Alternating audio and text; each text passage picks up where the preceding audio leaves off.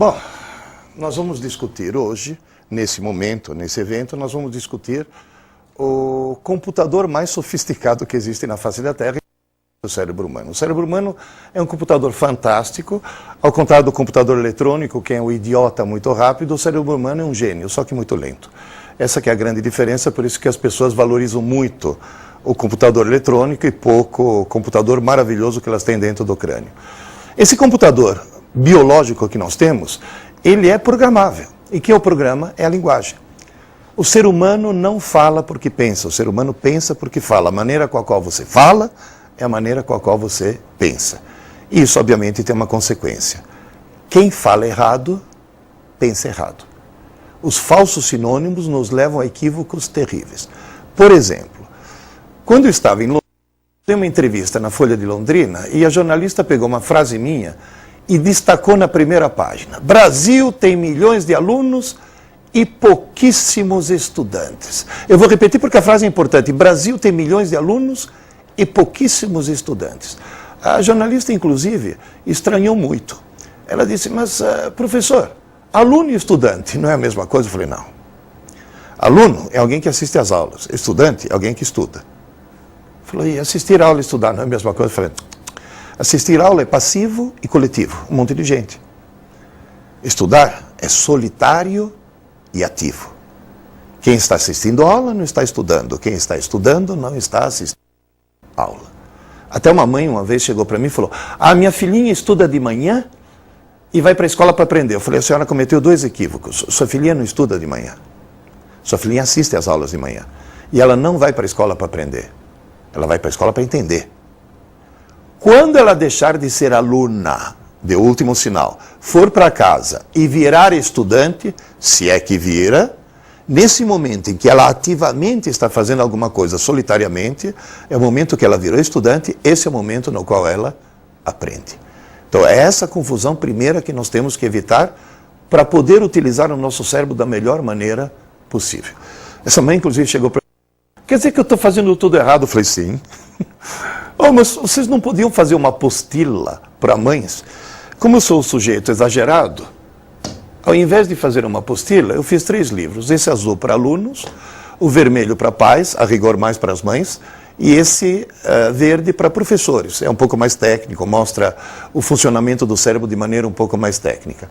Nesse de aluno, eu recebi milhares de e-mails, milhares. E é muito interessante o seguinte, quem me manda um e-mail, se for alguém do fundamental, ele diz, você mudou minha vida. Se for alguém do médio ou da faculdade, normalmente é pena que eu não li antes. Mas, se estiver lendo na hora certa, sempre dá tempo de as coisas, sempre dá tempo de se conseguir aumentar o nível de inteligência. É a palavra comum aos 3 títulos. Na frente de cada ser humano existe uma escada, chamada escada da inteligência.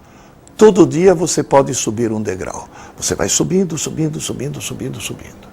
Só que lembre-se uma coisa, os degraus são baixinhos, portanto, todo dia você tem que subir um degrau, senão você está jogando no lixo um dia da tua vida que não volta nunca mais. Você vai dizer, e o que se faz no Brasil para estimular e aumentar a inteligência dos alunos? A resposta é nada, infelizmente. Nós temos um sistema que está baseado no aluno e não no estudante. Mas, felizmente, nós começamos a ter cursos à distância que transformam o aluno obrigatoriamente em estudante, porque não é presencial. Então ele sabe que se ele não estiver estudando, ele não vai absorver absolutamente coisa alguma. Na realidade, existe uma espécie de Enem mundial chamado PISA, P-I-S-A, que acontece de 3 em 3 anos. E nesse Enem são testados os vários tipos de inteligência de alunos de vários países. É uma auditoria externa que nós sofremos. O Brasil participou pela primeira vez em 2003. 41 países. Toda manhã, quando acordo, levanto os olhos aos céus e falo obrigado, Senhor, por ter criado a Tunísia. Muito obrigado por fazer a Tunísia existir. Porque se não fosse a Tunísia, nós seríamos o pior sistema educacional do mundo. Nós estamos em 40º lugar em 2003. Porque em 2009 nós conseguimos já estar em 85º. E a confusão é justamente essa, confundir aluno com estudante. Esse que é o grande e gigantesco problema. Você vai dizer, e como é que nós passamos de Brasil a Finlândia? Como é que nós vamos conseguir virar primeiro mundo? É só evitar 3 equívocos. Quais são os 3 equívocos dos alunos brasileiros? 1, conversar na aula. 2, estudar para a prova. E 3, não ler livros. Eu vou começar pelo terceiro, não ler livros. 70 milhões de brasileiros jamais leram um livro. E se você quiser subir a escada da inteligência, saiba, ou você descobre a leitura como forma de lazer, ou você jamais vai subir pela escada da inteligência. O conversar na aula é a tragédia. Se já é difícil transformar aluno em estudante, ou seja, alguém que assiste a aula em alguém que depois estuda, quem conversa durante... Nem aluno consegue ser. Se nesse momento você está junto com outras pessoas e tem alguém conversando, esse alguém não está me perturbando. Eu estou muito longe, eu não estou nem te ouvindo. Está perturbando a você. Então, na realidade, quem mantém o espaço limpo desse ponto de vista tem que ser o próprio aluno. É o cara que está assistindo, e que está a fim de assistir uma aula. Agora, a grande tragédia, o grande problema, é justamente esse item número 2. É estudar para a prova. Você vai dizer, por quê? Porque quem estuda para a prova consegue ir bem na prova, consegue tirar boas notas, consegue passar de ano, consegue obter um diploma e só não consegue aprender. Esse que é o grande problema. Você vai dizer, mas se o sujeito tira uma boa nota, não quer dizer que aprendeu? Existem 2 técnicas para tirar uma boa nota sem aprender. Uma é legal, cola. Nem passe pela tua cabeça. A outra, qual que é? Estudar o mais em cima da hora possível. Por que alunos do fundamental, do médio, da faculdade e da pós-graduação, que eu já dei aula em pós-graduação para médico psiquiatra, e o problema é o mesmo. Por que todo mundo estuda o mais em cima da hora possível? Para não dar tempo de esquecer. Se tiver tudo fresquinho, tira a nota e logo em seguida, esquece tudo. E viva a Tunísia, né? Esse que é o grande problema. Agora você vai dizer, quais são as causas dessas coisas todas? Uma delas, conversar na aula. Televisão ligada o tempo todo. O tempo todo tem uma televisão ligada. Ninguém está assistindo, mas está ligada. As pessoas se acostumam tanto a ser mal educadas com a TV, ou seja, a TV está tentando falar com elas e elas não dão bola, que de repente elas se tornam mal educadas com as outras pessoas. Esse que é o grande problema. Quer assistir TV? Assista. Depois desliga. Quando acaba teu programa, desligue. Não precisa ficar ligado o tempo todo. Agora, na realidade, o maior problema é justamente o número 2. Estudar para a prova. Por que as pessoas estudam para a prova? As pessoas estudam para a prova porque elas têm dentro da cabeça uma coisa fantástica chamada cérebro. No cerebelo, aquela região azul, você aprende coisas para sempre. Por exemplo, andar de bicicleta. No sistema límbico, você coloca a informação facilmente e, eventualmente, copia para o córtex. Só que, assim que você copia para o córtex, o que estava no sistema límbico desaparece. Ou seja, o sistema límbico é uma espécie de rascunho do cérebro. Você coloca a coisa provisoriamente para ver se gravar no córtex. Provisoriamente. E esquece logo em seguida. Já aconteceu com todos vocês, por exemplo, você está sentado na sala, levanta, vai decididamente para a cozinha, com um objetivo muito bem determinado, e de repente você fala, o que eu vim fazer aqui, meu Deus do céu? Então, nesse momento, se passaram só alguns segundos e você já conseguiu esquecer. Acontece que é tão fácil colocar as informações no sistema límbico que as pessoas só colocam no sistema límbico. Quando alguém estuda para a prova, está colocando as informações no sistema límbico. Elas vão ser esquecidas logo em seguida, ele não está gravando absolutamente nada. Portanto, não está aprendendo, porque aprender é aprender para sempre, não para o dia seguinte, ou o suficiente para tirar nota numa prova. Você vai dizer, bom, tá bom, então como é que eu coloco as informações no córtex, onde elas vão ficar armazenadas para sempre? Acontece que no córtex, você não consegue escrever diretamente. Tudo o que você quiser escrever, você escreve no sistema límbico. E depois, eventualmente, copia para o córtex. É como no computador, quando você aperta uma tecla, o código dessa tecla é idiota para a parte tonta do computador, que é a memória RAM. É um rascunho, uma memória pequena e provisória. Se faltar luz, você perde tudo. Ah, mas eu quero salvar. Salvar não é escrever no HD. É eu pegar o que foi escrito na RAM e copiar para o HD, que é uma memória enorme e permanente. E só vai ficar permanentemente lá quando a cópia for completa. Ninguém consegue escrever diretamente no HD. Você escreve primeiro na RAM e depois passa para o HD. Isso faz com que teu cérebro, dentro de certos limites da comparação, funcione assim. O sistema límbico seria a memória RAM, pequena e provisória. E o córtex seria o HD, a memória enorme e permanente.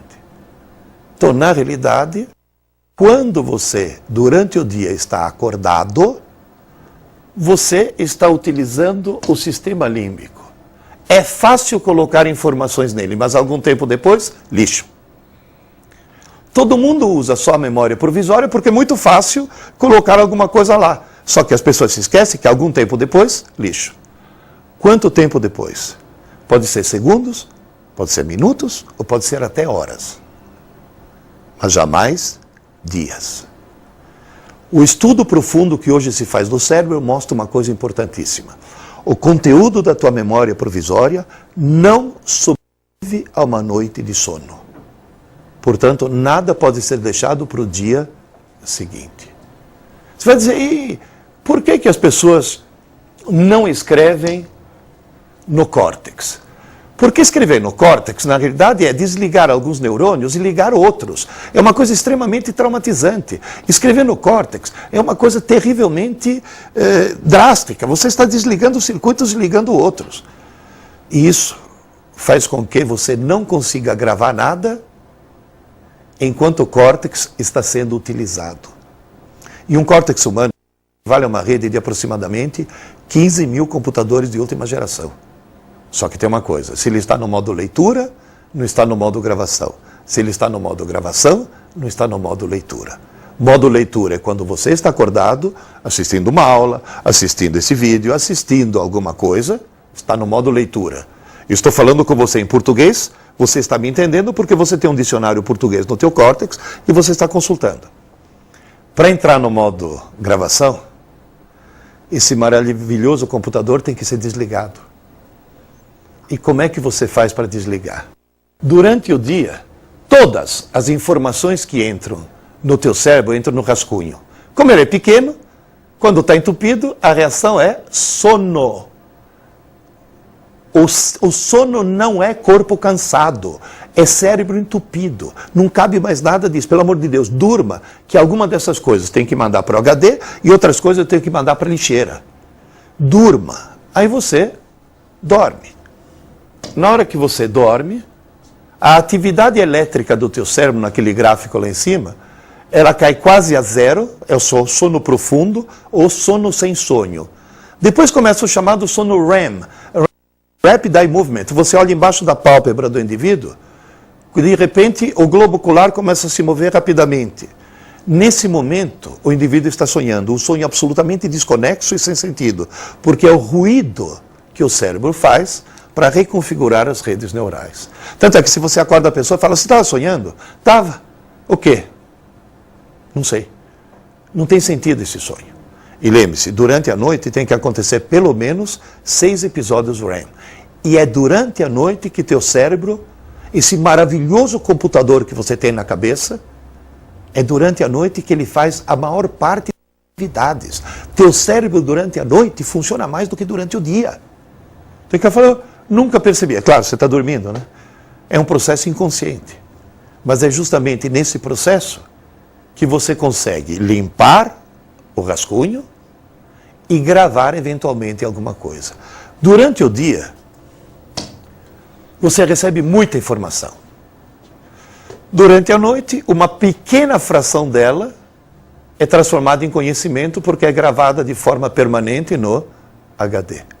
Muita informação e pouco conhecimento. Sabe o que quer dizer isso? Na escada da inteligência, todo mundo pode subir um degrau por dia. Só que os degraus são baixinhos. E agora vem a pergunta-chave. Professor Pierre, toda noite, na cabeça de um aluno normal, o que vai para o lixo e o que vai para o HD? O que vai para o lixo? As aulas. O que vai para o HD? As abobrinhas. Por exemplo, o professor te dá uma aula de geografia importantíssima. No meio da aula ele conta uma piada. Depois de 2 meses, o que o lembra da aula? Da piada. Por quê? Porque foi o que marcou.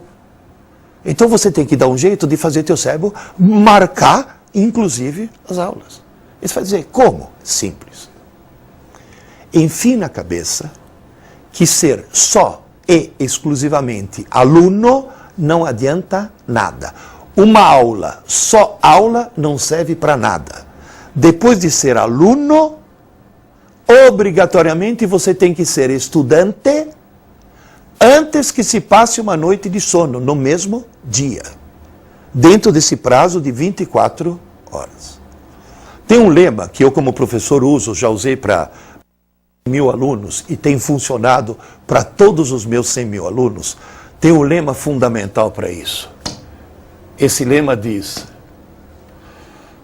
aula dada é aula estudada. Quando? Hoje. Isso significa o quê? Quem assiste a aula pela manhã tem que estudá-la à tarde. Quem assiste a aula à tarde tem que estudá-la à noite. Estudar é fazer tarefa, lição, exercícios. Quem assiste a aula à noite tem que dormir meia hora mais tarde, sinto muito. Pode ser antes que se passe uma noite de sono ou antes que se passe um longo período de sono. Porque tem gente, por exemplo, que assiste a aula de manhã, almoça, dorme que nem um porco a tarde inteira, acorda todo embaçado, que parece que tem algodão no cérebro, e nessa altura as aulas já foram parar no lixo. Então o ritmo correto é esse. Assistir a aula ou obter informações, e se você obtiver informações, você obtém da internet, da televisão, de uma série de lugares, dos livros. Depois, digerir essas informações trabalhando e finalmente dormir uma boa noite de sono. Portanto, nas escolas normalmente existe o momento da aula e muito tempo depois o momento da prova. Aluno inteligente estuda no dia da aula. Aluno desorientado, ou seja, 99% dos alunos brasileiros estudam para a prova. Esse que é o grande problema que faz com que a gente esteja em 85º lugar no mundo do ponto de vista educacional. Nós não conseguimos ser país de primeiro mundo. Estamos sendo um país de últimos mundos. Esse que é o grande problema. E o grande problema qual que é? É não estudar para aprender. Estudar para dar nota numa prova. Fazendo isso, obviamente, você vai subir a escada da inteligência. Mas uma das coisas que faz subir a escada da inteligência é leitura. É ler livros.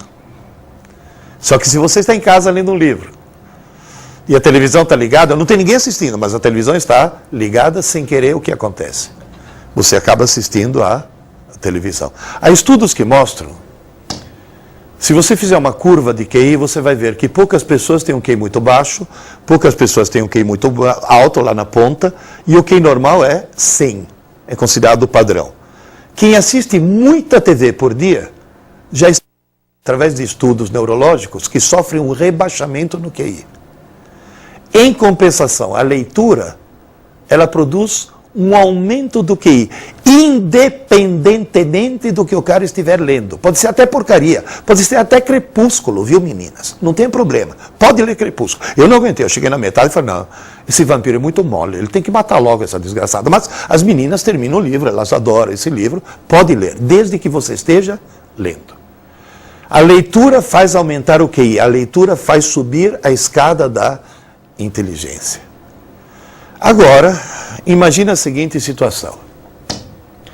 Tem alguém que leu tanto que conseguiu QI 140. Ótimo. Mas de repente o cara resolve fumar maconha. Imediatamente o QI dele vai cair 20 pontos. Agora, se em vez de fumar maconha, ele se viciar numa coisa chamada, por exemplo, MSN, em vez de cair 20 pontos, cai 40. Há um estudo de um psiquiatra inglês que mostra que o uso compulsivo do MSN produz um rebaixamento do QI que é o dobro do que se fumasse maconha. Eu sei que nesse momento tem algum pilantra falando, eu vou vender o computador e comprar maconha. Não, pelo amor de Deus, as duas coisas. E vou dizer mais uma coisa. Quem para de usar o MSN, para de descer a escada e volta. Quem para de fumar maconha, para de descer a escada. Mas não sobe mais, viu? Os danos são irreversíveis. Então, na realidade, o computador pode ser uma ferramenta utilíssima ou pode ser uma tragédia. Há muito tempo atrás, quando começaram os primeiros computadores pessoais, as pessoas não tinham nem sequer disquete. CD nem se fala. Não tinham nem sequer disquete. Se alguém quisesse gravar um programa, tinha que gravar em fita cassete, com os códigos demodulados. E, na realidade, uma maneira de eliminar os programas das pessoas era justamente imprimir em livros. A pessoa digitava o seu programinha, tinha lá as instruções. E eu trouxe aqui, para bater um papo rápido com vocês, um dos primeiros autores que eu editei. O apelido dele é Duda, é Carlos Eduardo Salvato. Vem cá, Duda. Você perdeu o microfone pelo caminho. Tudo bem. O Duda, hoje vocês podem ver, um senhor adulto, um engenheiro, com MBA e tudo mais. O Duda publicou seu primeiro livro de computação quando você tinha 14 anos. Eu me lembro desse menino entrando na minha editora com a lista dos programas que ele tinha bolado e vou dizer uma coisa. Naquela época era computação e computação é quem cria, ou seja, quem sobe a escada. Hoje, informática muitas vezes faz descer a escada, quando for mal utilizada. E você, por que você fazia os programas quando era criança, quando era adolescente? Simplesmente porque não existia, né? Então você fazia, não tinha nada para o computador não servia para nada. Você queria fazer um texto, um editor de texto. Primeiro você criava editor de texto para usar. Hoje você tem tudo pronto. Se você não pensar, você não pensa nada. Você se torna um simples usuário. Então o programador é peça fundamental aí para tocar esse universo todo. Em que linguagem você programava naquela época? Tinha um programa em Basic, né? Em Basic. Bem natural, uma linguagem... Uma linguagem bem fácil, bem tranquilo, tá né? certo. Igualzinho um C, né? Mais.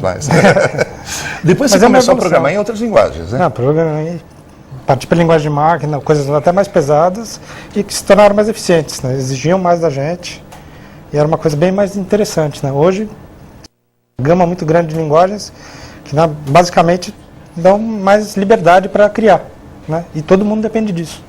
Então, é justamente isso que você falou. A informática não existe sem a computação. E não existe sem os programadores, né? Exatamente. E o pessoal que tem uma certa resistência a aprender a... não, eu vou fazer redes, eu vou fazer não sei... Não, programar não é uma coisa tão complicada. Mesmo nas redes, a programação está implícita nisso, né? Sim. Senão, o software está por trás de tudo, né? Agora, na realidade, o que eu queria te perguntar é o seguinte. Hoje, você programa? Muito pouco. Muito pouco. Agora, veja bem. Você é alguém... muito bem sucedido. Não vou dar agora o currículo do Duda, o apelido dele desde criança era Duda, mas é um cara extremamente bem sucedido. Ele trabalha hoje, já trabalhou, uma coisa eu posso falar, na televisão você foi um dos caras que bolaram aquele olhar digital, né, que passa na... Eu trabalhei junto com... Trabalhou junto com eles, tá? Hoje ele trabalha naquela que hoje suponho que seja a maior empresa de computadores do Brasil, a maior fábrica de computadores do Brasil. Ele trabalha lá, obviamente, mais na área de assessoria, de marketing, etc. Agora, o fato de você, adolescente, ter fuçado na máquina para criar coisa, se sente que isso te tornou mais esperto? Sim. Uma coisa que você não perde é a lógica, né? O desenvolvimento de lógica é uma coisa que eu vou carregar. Eu carrego para todo, não só para programação, mas para a vida. O pensamento lógico é uma coisa que não se perde, né? Que nem que você falou da piada. Para mim, a lógica é uma coisa que funciona para tudo na vida, né? Então é uma coisa que eu trouxe com a programação. E na vida profissional você está usando isso? Lógica é fundamental, é aquela coisa do bom senso, né? Então, eu acho que está ligado à lógica. E, digamos assim, o computador é uma ferramenta fantástica. Hoje, com a internet, você não tem um computador, você tem um terminal fantástico, um gigacomputador. Mas, na realidade, o computador é uma ferramenta que pode ser usada bem usada ou pode ser mal utilizada. Por exemplo, eu notei, junto às crianças, que eles começam a escrever muito errado. E tem gente que fala, mas deixa... Não. Acontece um fenômeno estranhíssimo. Quem escreve errado a mesma palavra de forma errada muitas vezes, sem querer, instintivamente, acha que errado é o certo. Eu não sei se vocês já notaram placas. Obras, hoje o mundo tem obras, né? A 500 metros, e o A com crase. Posto de gasolina a 8 minutos, e o A com crase. E essa crase não existe, é um erro terrível. Agora vem a pergunta, por que todo mundo enfia aquela maldita crase onde não deve? Porque de tanto ver os outros colocarem a crase inadequada, acho que... Certo. Tanto é que, quando teve as obras do Rodoanel, aqui em São Paulo, e a Dersa colocou obras a 500 metros e colocou o A só, sem a crase, teve gente que passava, ai que burro, esqueceu o acento. Eu não suporto isso. Sempre que eu posso, eu vejo uma placa dessa, uma maldita dessas placas com essa crase indevida, sempre que eu posso, eu paro no acostamento e corrijo, te juro, Duda. Eu corrijo as placas. E depois, quando eu corrijo, os caras vão lá e trocam a placa. Eles percebem que eles acabaram cometendo um equívoco. Então, a tecnologia, ela tem coisas muito boas, coisas extremamente interessantes, mas ao mesmo tempo ela tem perigos. É aquilo que você falou, o cara usa sem pensar. O cara não precisa mais pensar para usar. Naquela época, se você quisesse um joguinho, você não comprava o joguinho. Desenvolvia. Você pensava para desenvolver o joguinho. Então, na realidade, esses são os perigos. E tem mais perigos, viu, gente, de tecnologia, que é bom vocês perceberem e vai fazer mal para o teu cérebro. Por exemplo, um pesquisador japonês descobriu que o uso continuado de fone de ouvido para ouvir música tira do jovem a habilidade de articular a fala de forma coerente. Como é que você aprendeu português? Não é ouvindo as pessoas falando? Agora, se de repente você ficasse musicalmente surdo, porque simplesmente você não escuta mais as pessoas falando, o que vai acontecer? Você não adquire novo vocabulário, você é aquele cara que diz, professor, se esse negócio coisar aquele troço, depois o olho não vai...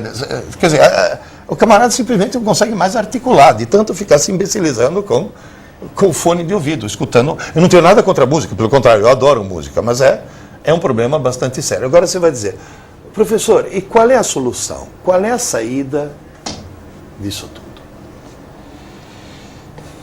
Ler, ler, ler e ler. Você gosta de ler romance? leio um pouco de tudo. Que gênero você mais gosta?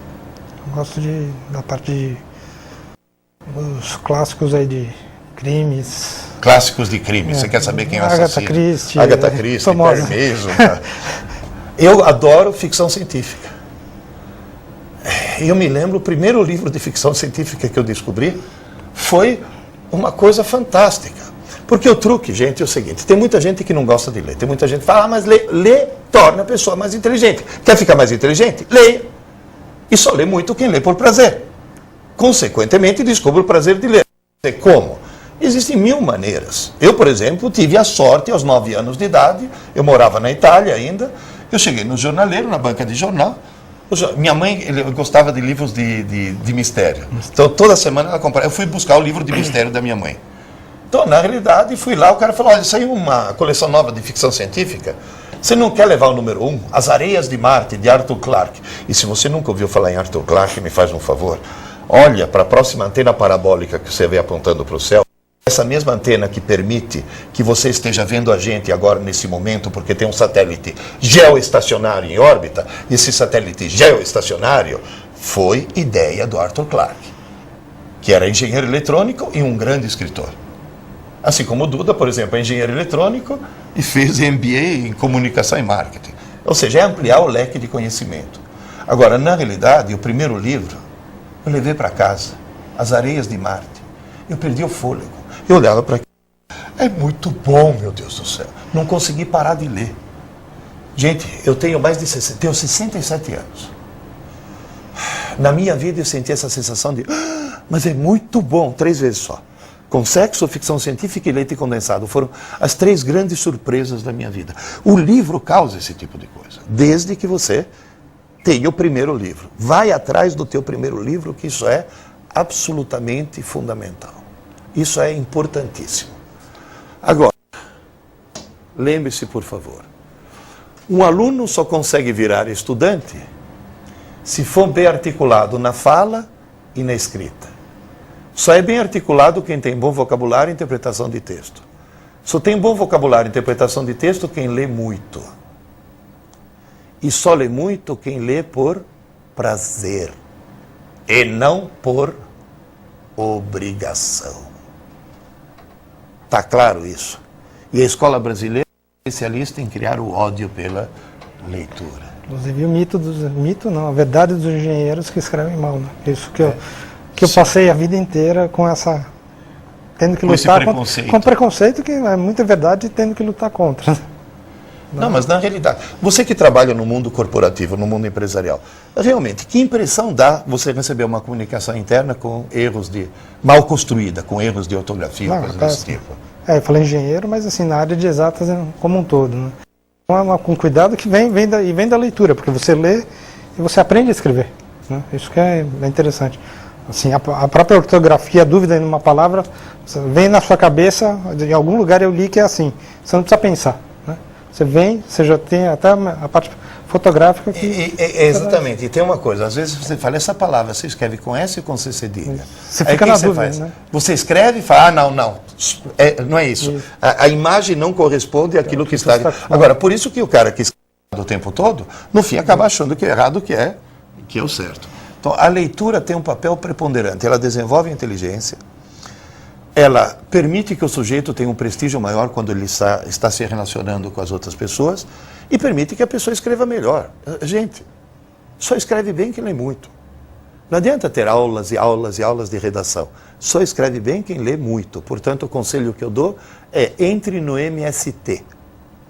Movimento do sem tela. Desliga um pouco a TV, desliga um pouco o computador, desliga um pouco o videogame e abra um livro. Porque essa que é a parte fundamental. Você lê bastante, né, Duda? Sempre tem um horário dedicado a isso. Pelo menos uma hora por dia. Tem que ser antes. E depois tem outra coisa. Seria paradoxal alguém que começou escrevendo livros que não alimentar o mercado. Não alimentar o mercado, né? Quer dizer, conseguir não levar adiante. E agora você trabalha em uma grande empresa e, na realidade, você não está tanto na área técnica agora, né? Não, mas na área de comunicação. De comunicação isso. Mesmo, né? Então, esse que é o ponto importante. E é outra coisa, quem lê muito acaba tendo um leque amplo nas suas coisas. Infelizmente, a escola brasileira pega um pobre coitado de 12 anos de idade. Lembre-se, quando você tinha 12 aninhos, chegou alguém para você, queridinho, você vai descobrir o prazer pela leitura. Toma, e a Virgem dos Lábios de Mel. Nunca mais um desgraçado chega perto de um livro, não vai aguentar. Quer dizer, na realidade é procurar o prazer pela leitura. E como é que a gente acha isso? O truque qualquer. Comece a ler um livro qualquer. Tá chato? Para. E começa outro. Não insista. Você tem que achar o teu livro. Cada um tem o seu livro.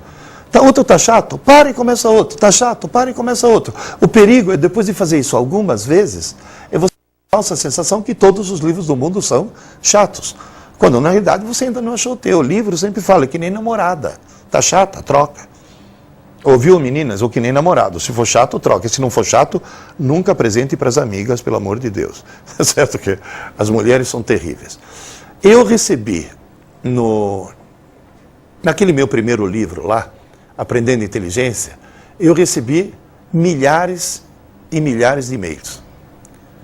Mas um deles, para obter a resposta das perguntas, foi um e-mail em que a menina queria me contar a vida dela. Alguma coisa da vida dela. Ela não me conhece, estava deprimida, entrou numa livraria, achou um livro, que por acaso era aquele que eu escrevi, leu e me mandou um e-mail. Eu vou ler apenas um pedaço desse e-mail, porque acho que isso vai fechar um pouco esse raciocínio que nós estamos tendo. O e-mail é... mas eu destaquei uma pequena parte, vai ficar legível, mas também vou ler junto com vocês. Diz ela, me chamo Paula, sou de Salvador, Bahia, tenho 21 anos e infelizmente ainda não passei nos vestibulares da Federal e da Estadual para o curso de Direito. Agora sei porque até hoje não passei. Estudei errado a vida toda. Agora ouça essa frase, hein? Desde pequena sempre fui a melhor aluna da sala. Porém só estudei para tirar boas notas. Descobri que nunca aprendi de fato. A melhor aluna da sala. O resultado foi o fracasso vergonhoso nos vestibulares. Eu não entendia como uma aluna nota 10 pudesse ser reprovada tantas vezes no vestibular. Faço o vestibular de 2005. Agora eu vou fazer uma pergunta para vocês. A Paula foi uma boa aluna? Foi. e foi uma péssima estudante. Ela foi uma boa aluna e uma péssima estudante. Tudo que eu estou pedindo para vocês, para que você utilize esse maravilhoso computador que você tem dentro da cabeça, é: tome cuidado. Você não está fazendo o curso que você está fazendo para tirar nota, para passar de ano e para obter um diploma. Porque se você estivesse fazendo esse curso só e exclusivamente para obter um diploma, você vai ser um péssimo profissional. E você, no mundo corporativo, deve receber gente com MBA, com mestrado e tudo mais, que são péssimos profissionais. É o mistério que eu sempre falo. O cara estuda 5 anos de direito, com a família sustentando. Ou seja, o desgraçado não precisa nem trabalhar para fazer direito. De repente, o cara vai fazer o tal exame da OAB e consegue ser reprovado. Por quê? Porque ele fez 5 anos para tirar um diploma. E depois o idiota vai ter que fazer cursinho para a OAB, agora ele vai ter que estudar para aprender. Pô, por que não estudou para aprender desde que ele estava no começo? Na verdade, você não está na escola, você não está fazendo esse curso semipresencial, à distância, para tirar um diploma. Diploma não adianta nada. Hoje, nas empresas, quando o cara chega e fala: eu tenho MBA.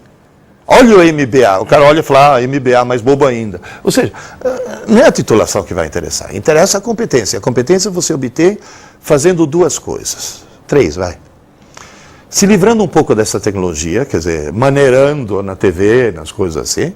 2, estudando pouco, mas todo dia, as informações que você recebeu durante o dia. Você recebeu informação, faz a digestão para transformá-la em conhecimento. E durma uma boa noite de sono, porque é durante o sono que você vai acabar gravando tudo isso. E a terceira coisa, pelo amor de Deus, leia muito. Leia muito. Descubra alguma coisa que você goste, por favor, leia. Teve uma professora de literatura que falou: ah, professor, eu sou professora de literatura e leio muito. Quase que eu falei: ainda bem, né, filha? Você... E a minha irmã é professora de história e lê muito. E o nosso irmão, professor, vou reproduzir as palavras textuais dela, hein? E o nosso irmão, professor, uma besta, que não lia nem bula de remédio, além de tudo, o desgraçado é corintiano, professor. Estou reproduzindo as palavras dela. Aí ela diz que a irmã pegou um ônibus para ir na outra cidade para achar uma livraria, porque aqui no Brasil, infelizmente, e achou um livro intitulado Aventuras e Desaventuras do Timão. Ele achou fantástico. Pegou o livro, falou: ah, vai falar do Corinthians, vou me dignar em folhear. Pronto, foi pego. Como eu fui pego pelo livro do Arthur Clarke. Descobriu que o livro contava histórias interessantíssimas do que ficar ouvindo a televisão contando a mesma história. O Coringão estava lá. O Coringão. Adorou o livro. Logo em seguida ele estava lendo a biografia do Rivellini, que foi o verdadeiro ídolo do Corinthians, história das Copas do Mundo. E aí abriu a porteira. Não passa um boi. Passa boiada, de tudo. A irmã me contou: professor, adivinha o que aconteceu com o nosso irmão 2 anos depois que minha irmã achou aquele abençoado Aventuras e Desaventuras do Timão? Falei: virou um leitor? Falou: não só isso. Virou um leitor e um autor. Falou: o nosso irmão acaba de publicar um livro de poesia de autoria dele. Percebe a importância do primeiro livro? O primeiro livro faz milagre. Milagre! Um corintiano escrevendo poesia, isso é um milagre. É a mão de Deus. Na verdade, o cara foi salvo. Então, na verdade, o primeiro livro é extremamente importante. Agora, se alguém tiver ainda alguma dúvida e quiser conversar comigo ou coisa desse tipo, o meu e-mail, aquele no qual eu recebo os milhares de e-mails, você vai receber uma resposta automática, mas tudo bem, é aprendendointeligência@gmail.com. Tem um sitezinho que, para variar, está em construção, sempre os nossos sites estão sempre em construção.